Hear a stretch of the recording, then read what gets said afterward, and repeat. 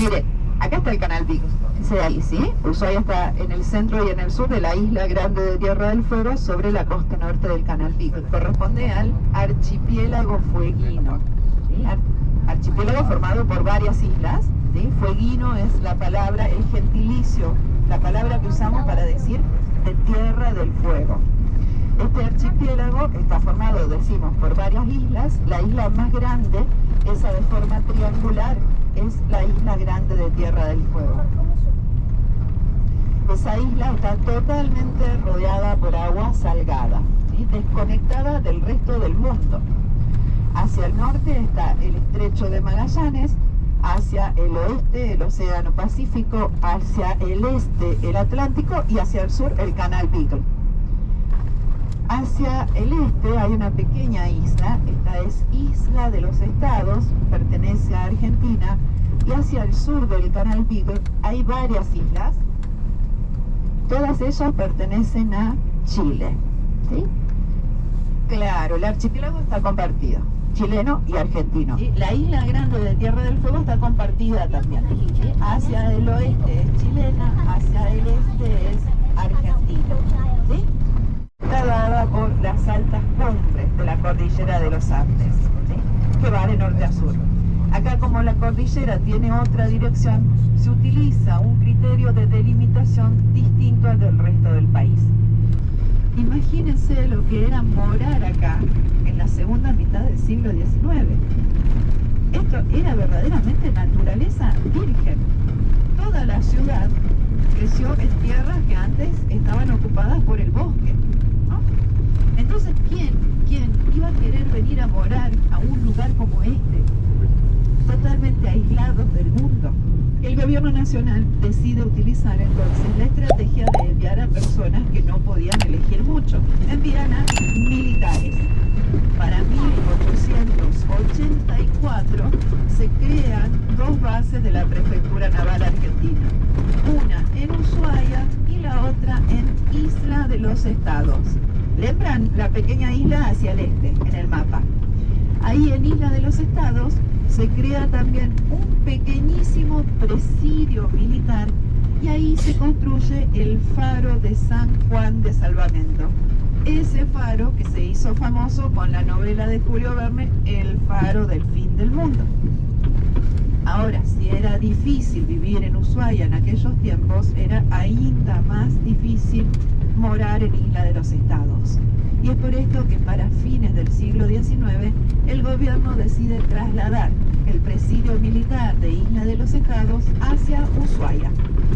Acá en Ushuaia ese presidio se junta con una cárcel de reincidentes, ¿no? Personas que delinquen en reiteradas oportunidades. Y ustedes se preguntarán, ¿y para qué crear una prisión allá en el fin del mundo? Y esto tiene que ver con la necesidad de promover el establecimiento de argentinos. Para promover el establecimiento de argentinos era necesario contar con los servicios básicos: agua corriente, electricidad, calefacción, grúas. Pero para eso había que construir infraestructura. ¿Quién construye la infraestructura? Los prisioneros. Los prisioneros vinieron a trabajar. ¿Sí? De hecho, ellos fueron los constructores de todo el centro histórico de la ciudad, que es la zona que rodea al puerto. Entre otras cosas, abren las primeras ruas, las primeras estradas, construyen el primer puerto, la primera central hidroeléctrica, construyen su propia prisión, este edificio declarado Monumento Histórico Nacional, localizado en el centro de Ushuaia, que actualmente funciona como el Museo Marítimo o Museo del Presidio. Construyen también unas vías férreas por las que pasaba este tren de los presos. La longitud de esas vías era de 21 kilómetros porque unían el actual museo con el actual Parque Nacional Tierra del Fuego. Por supuesto, los presos no venían a pasear, no venían a trabajar. Desde la zona del actual Parque Nacional extraían la roca y la madera, los principales materiales para la construcción, y utilizaban el tren para transportar estos materiales hacia el poblado de Ushuaia. En esa prisión hubo mucha muerte, muchos abusos, mucha enfermedad, y es por esto que para 1947 el presidente de la nación, el presidente era Juan Domingo Perón. ¿Escucharon hablar de Perón? Bueno, Perón decreta la clausura de la prisión por razones humanitarias. Entonces, los presos y los guardacárceles son transferidos hacia otras prisiones del país y detrás de ellos comienza a emigrar la pequeña población civil de Ushuaia.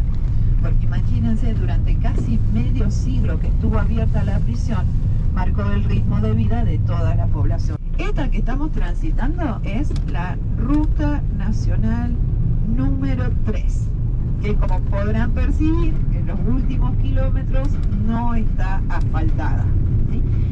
Esta es nuestra única vía de conexión terrestre con el resto del mundo, ¿sí?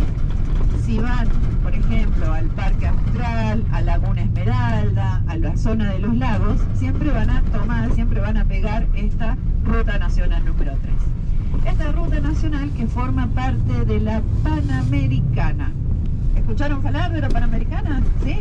Esta que atraviesa todo el continente americano uniendo Alaska con Ushuaia. Saben que muchos compatriotas, ¿no? Mucha gente de Brasil viene en verano, ¿sí? Con el principal objetivo de alcanzar el fin de la Ruta Nacional número 3, que está dentro del Parque Nacional Tierra del Fuego. Este es uno de los sitios que planeamos visitar hoy.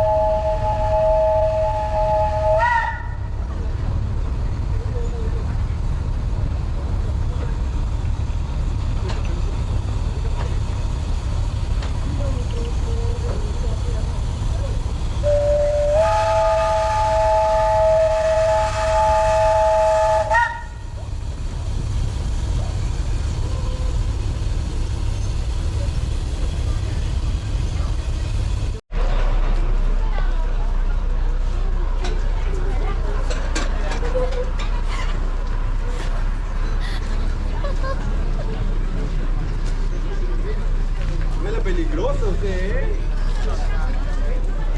Fazendo grana. Ih, tá passando.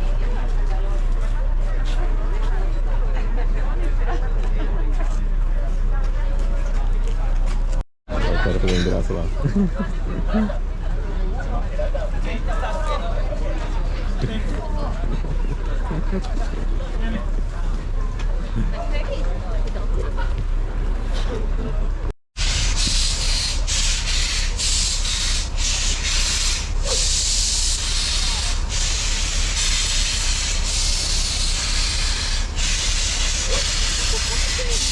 Por isso que eu falei muito bem. É melhor do que eu pensava. Parece aquele centro de uma pessoa. Aham. Parece uma pessoa.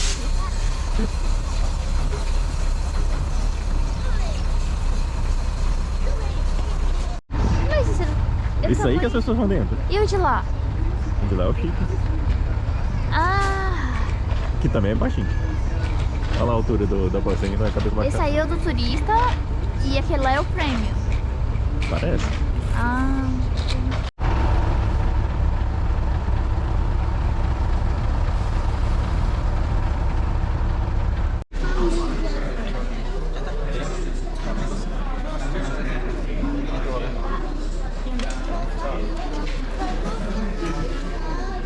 É isso. Tava monitorando a previsão do tempo. Teve um dia que eu menos 8. Tava acompanhando Quem tava acompanhando. a câmera lá da praça. O dia que foi 27, eu meu Deus, pelo menos. Mas é legal, né? A gente não conhecia a neve ainda, pelo menos. Então, é gelo, neve. Ontem a gente perguntou pra Gui, ela falou que faz 2 semanas que não neva.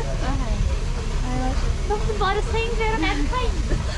Mas a paradinha não Não, tá todo branquinho assim, tá acabando nem antes. esse bicho. No Brasil todo acho que não vem assim. Quando acontece lá no sul, não tem de neve. Chamam de chuva congelada, daí é só umas coisas. Nem chega a acumular nada.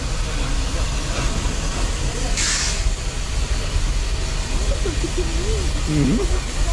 Chega a ser fofinho, de tão pequeno que é. Ai, eu achei muito apertado. A 13 años de la clausura de la prisión, se creó este Parque Nacional Tierra del Fuego que ya estamos visitando. Argentina es grande, ¿no? Por supuesto no tan grande como Brasil, Brasil es el país grande del mundo, pero es muy diversa, muy distinta, ¿no? Van a tener que voltar a Argentina, porque si uno va de norte a sur, de este a oeste, se encuentra con una multiplicidad de paisajes, de ecosistemas, de culturas. Acá en esta porción más austral del continente americano, la principal característica a nivel ecosistémico es la falta de biodiversidad, ¿sí? Esto quiere decir básicamente que hay muy pocas especies de todo. Este parque nacional, creado en 1960, se creó con la intención de proteger una porción representativa de nuestro bosque, el bosque magallánico o bosque subantártico, el bosque nativo. Este, chicos, es el mismo bosque que van a olear cuando van al Parque Austral, cuando van a Laguna Esmeralda, la Geleira Martial o incluso en el mismo centro de la ciudad. Este bosque está formado por solamente 6 especies de árboles, de las cuales 3 aparecen de manera esporádica. Por lo tanto, la mayor parte del bosque está formado por solo 3 especies de árboles. En esta época del año es fácil reconocer a las 2 especies más abundantes. Si oleamos alrededor, hay árboles con folia y hay árboles sin folia. Los árboles que tienen folia, los únicos perennifolios, son los guindos o coigües magallánicos. Mientras los árboles sin folia son las lengas. ¿Quiénes estaban en el Hotel Las Lengas? ¿Sí? Por los árboles. Y luego hay una tercera especie, los ñires. Estas 3 especies, guindo, lenga y ñire, pertenecen a una misma familia, ¿sí? Una familia llamada científicamente Nothofagus. Esto yo se los cuento no para que lo lembren, sino para contarles que la familia de los Nothofagus está presente solo en 2 regiones del planeta. Una es la Patagonia, la parte sur, el extremo sur de Sudamérica. Y la otra es Oceanía. Esta familia está en Australia y en Nueva Zelanda. Hace unos meses se han encontrado también fósiles de Nothofagus en la Antártida. Entonces, la presencia de esta familia en lugares tan distantes podría tomarse como una prueba de que hace cientos de millones de años estas áreas estuvieron unidas. Ahora, del mismo modo en el que hay pocas especies de árboles, hay también pocas especies de animales. Esta falta de biodiversidad está asociada a 3 hechos fundamentales. Primero y principal, esto que es muy difícil de percibir cuando uno llega en avión. Todos vinieron en avión, ¿no? Y sí. Entonces no llegamos a percibir que estamos en una isla totalmente desconectada del resto del mundo. En segundo lugar, esta isla estuvo cubierta por hielo durante la última glaciación. Para darnos una idea, se estima que hace unos 20.000 años la altura de los campos de hielo en esta zona rondaba los 1000 metros sobre el nivel medio del mar actual. 1000 metros es la altura media de nuestras montañas, que no son muy altas. Entonces, hace 20.000 años esto era Antártida, ¿sí? El tercer hecho es que el clima no ayuda a la proliferación de la vida, ¿sí? Quizás ustedes piensen que hoy hace frío. ¿Hace frío? No. Un poquito. Y ustedes dirán, porque es invierno. Pero tranquilamente pueden voltar en verano y tener la misma temperatura que hoy. En temperaturas no hay mucha diferencia entre el verano y el invierno. De hecho, ocasionalmente nieva también en verano. Por supuesto, las temperaturas son un poco más elevadas durante el verano, pero rara vez la temperatura alcanza los 20 grados. La principal diferencia entre el verano y el invierno está dada por la cantidad de horas de luz solar. Seguramente percibieron que tenemos días muy cortos, ¿no? Está amaneciendo ahora alrededor de las 9:30 de la mañana, ¿no? A las 9:30 amanece. Y está atardeciendo alrededor de las 6:30 de la tarde, ¿no? 7 quizás. Hace 2 meses celebramos, acá es uno de los principales festejos, celebramos la noche más larga, ¿no? Esto sucede en el solsticio de invierno. Este año ocurrió el 19 de junio. Para entonces tuvimos luz solar más o menos entre las 10:30 de la mañana y las 4:30 de la tarde. Siempre depende del lugar en el que uno se encuentre. Desde entonces, los días comenzaron a alargarse hasta que lleguemos al solsticio de verano. Esto sucede usualmente alrededor del 21 de diciembre de cada año. Para entonces tenemos luz solar más o menos entre las 3 de la mañana y las 11:30 de la noche. Largos días. Seguramente percibieron que las llanelas están cubiertas por cortinas blackout, ¿sí? Esto es porque si no es imposible dormir durante el verano. Entonces, la parte más difícil de morar en Tierra del Fuego no es la temperatura, porque todo está preparado para el frío. Es esta cuestión del otoño, la segunda parte del otoño, cuando los días son tan cortos, porque los seres humanos no estamos preparados ni física ni psicológicamente para la falta de luz solar, para la oscuridad. De hecho, no solamente acá estamos por las dudas a 54 grados de latitud sur, ¿no? En otras regiones del planeta, en el hemisferio norte, se ha estudiado esta falta de luz solar y cómo incide en los seres humanos, y se ha descrito el síndrome de la depresión invernal, asociada precisamente a esta falta de luz. Por ejemplo, no hay en el archipiélago ningún tipo de anfibio, ¿sí?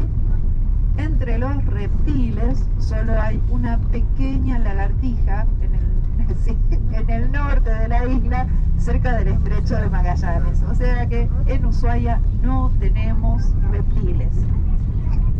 Del mismo jeito, por las dudas, estoy hablando de animales nativos, ¿sí? Del mismo jeito no hay felinos, ¿sí? Ni animales de las familias de los orzos, los lobos, los ciervos o venados, los macacos, los coelhos. A nivel terrestre, los mamíferos de mayor tamaño son la raposa vermelha y el guanaco. ¿Conocen el guanaco? No. El guanaco es familia de la llama. ¿Llama les suena? Llama. No. ¿La llama? Bueno, sí. Llama. Eso, Es que llama. Eso. ¿Llama? Ah, Eso, gracias. llama. ¿Esa es la forma de pronunciarlo? Listo. ¿Llama? Ajá. Llama. ¿Sí? ¿Llama lo ubican? Gracias. Gracias. No, nunca me lo dijeron. Llama. Yo siempre estoy aprendiendo. Gracias. Llama, ¿sí? Hay una familia, le llaman los camélidos sudamericanos, conformada por 4 especies: llama, guanaco, alpaca y vicuña. Acá en el sur del continente solamente tenemos el guanaco, ¿sí? Y bueno, la raposa vermelha. Sí hay muchas especies de aves, ¿no? Esto es porque para las aves es más fácil moverse de un lugar al otro, ya sea volando o nadando, buceando, como los pingüinos. Ahora, esta falta de biodiversidad deja como resultado que exista un equilibrio natural que es sumamente frágil. Entonces, como se imaginarán, si introducimos una especie exótica en un ecosistema como este, los resultados son impredecibles. Introducciones ha habido muchísimas, ya desde la llegada del hombre blanco, ¿sí? Comenzando por ratos, coelios, vacas, caballos, ovejas, truchas, salmones, castor, bisón, entre otras especies. Sin hablar de los animales domésticos, ¿no? El gato, el cachorro. Bueno, estas especies exóticas han ficado en el ecosistema. Y dejando de lado los domésticos que se supone que están en las moradas, en las viviendas de las personas, el resto de los animales ha encontrado acá el lugar ideal para crecer y reproducirse. Primero, por la disponibilidad de alimento, ¿sí? Son especies herbívoras, están rodeadas de comida. En segundo lugar, por la disponibilidad de agua dulce. Y en tercer lugar, la ausencia de competidores y de depredadores. Estos son los grandes errores del ser humano, no es nada más en Tierra del Fuego, en el resto de Argentina, en Brasil, en el resto de los continentes ha ocurrido y ha dado lugar a que actualmente se intente no intervenir en la naturaleza, porque cada vez que los seres humanos tocamos algo, destruimos. Bueno, caros, ahora siguiendo por esta ruta nacional número 3, vamos a girar, vamos a voltar hacia la izquierda. Veníamos hacia el oeste, ahora vamos a dirigirnos hacia el sur. A nuestra derecha oleamos agua, esta agua es agua dulce, este es el río La Pataya. A la derecha, del otro lado del agua, hay una montaña. ¿Sí? La montaña más alta es el Cerro Cóndor. ¿Lembran el meridiano que nos sirve de frontera? Bueno, tiene la misma dirección que el bus. Esa línea imaginaria cruza la cima, la cúspide, la cumbre del Cerro Cóndor. Entonces, todo lo que está al fondo, a la derecha, pertenece a Chile. Estamos muy, muy perto de Chile.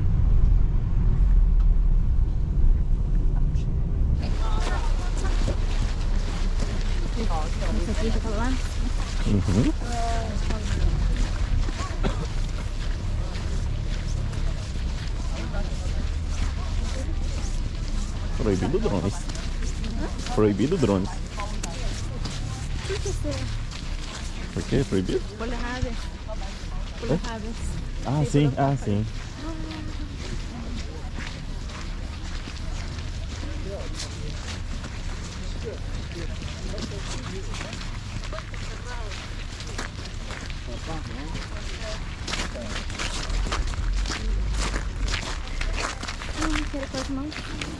É, Maldivas ou Malvinas? Maldivina. Malvinas é aqui, Maldivas é outro lugar.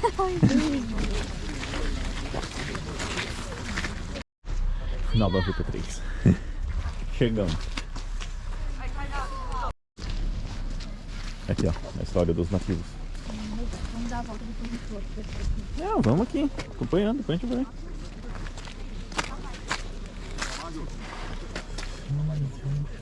Como que eles viviam nesse frio pelado desse jeito? Aí é um negócio curioso. As embarcações, edifícios.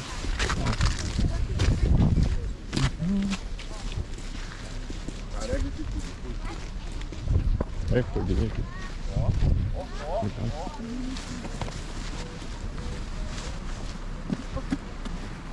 Tanto faz, você escolhe o lado. Quero por isso.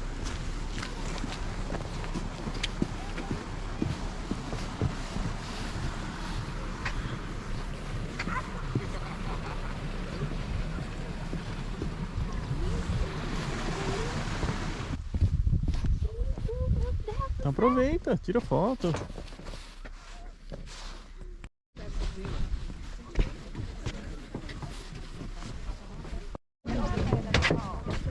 una cantidad de...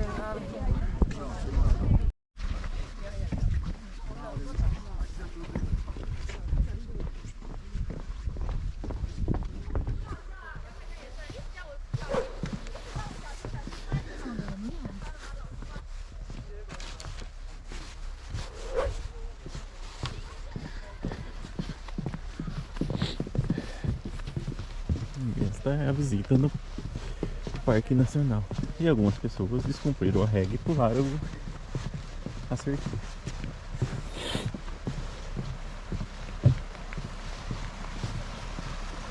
Olha, tem uma pequena cascata aqui.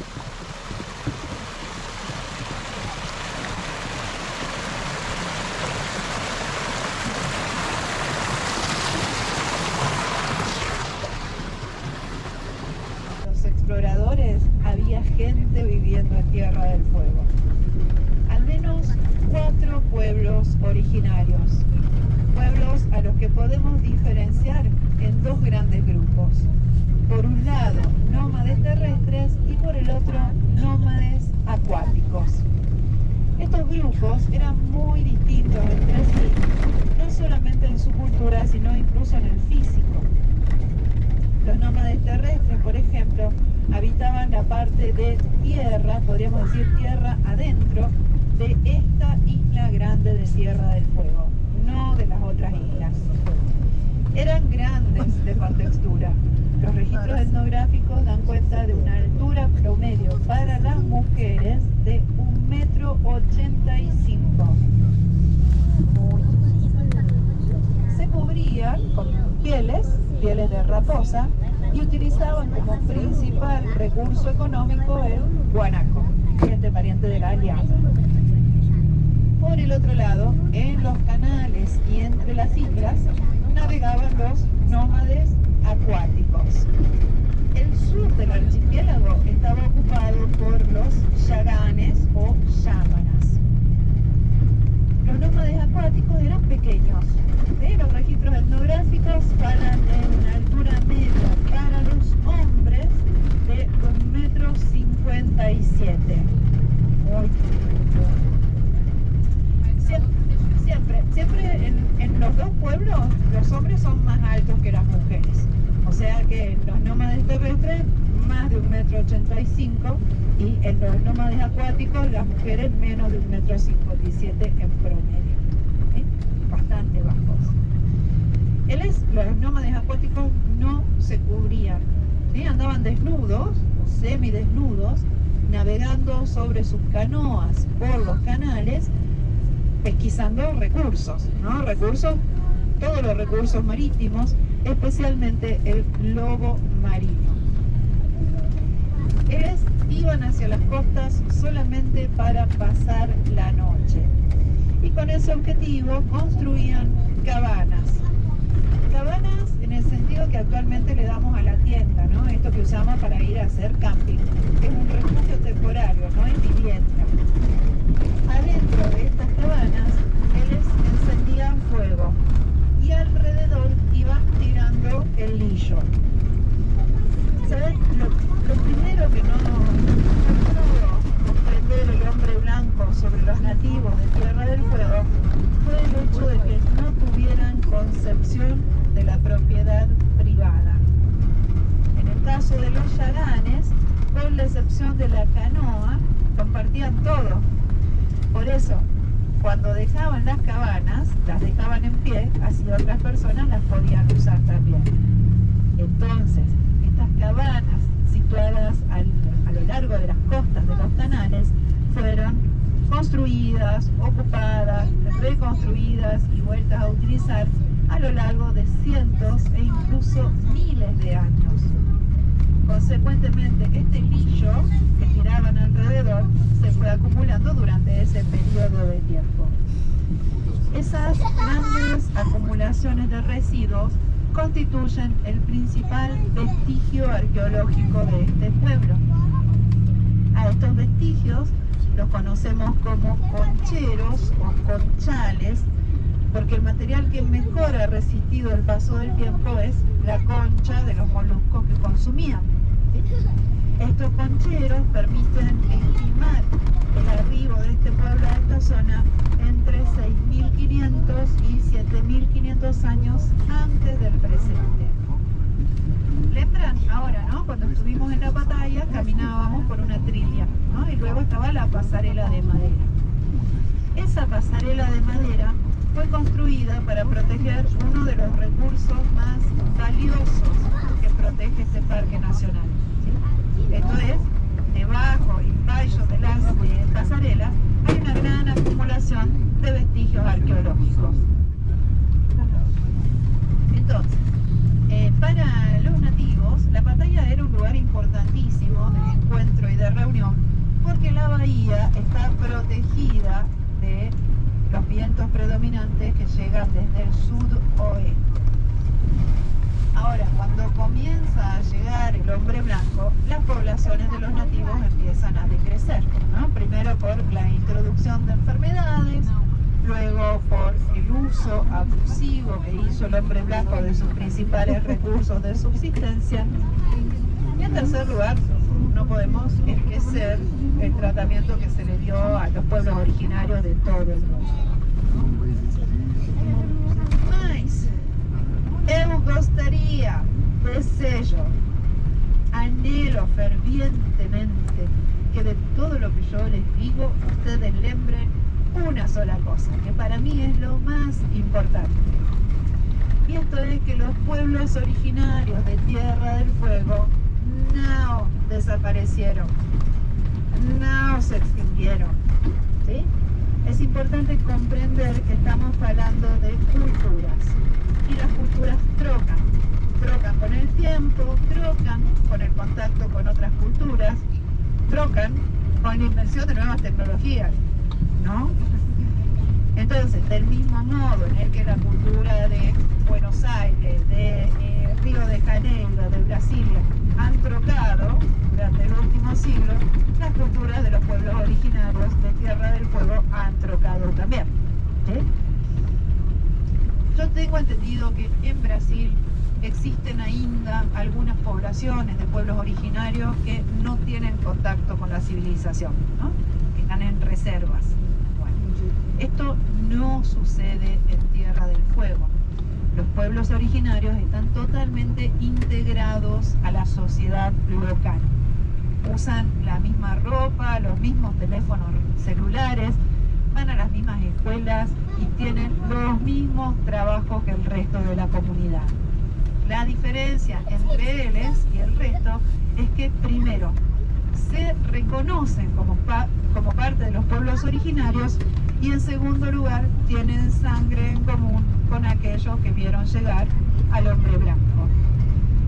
Si a ustedes les interesa conocer más sobre la cultura yagán y tienen disponibilidad de tiempo, que esto es importantísimo, Víctor Vargas Filgueira, el principal referente del pueblo yagán en Ushuaia, da charlas en el Museo del Fin del Mundo de segunda a sexta-feira a las 11 de la mañana. Monte Condor. E na linha do Monte Condor, a divisa do Chile. Vamos?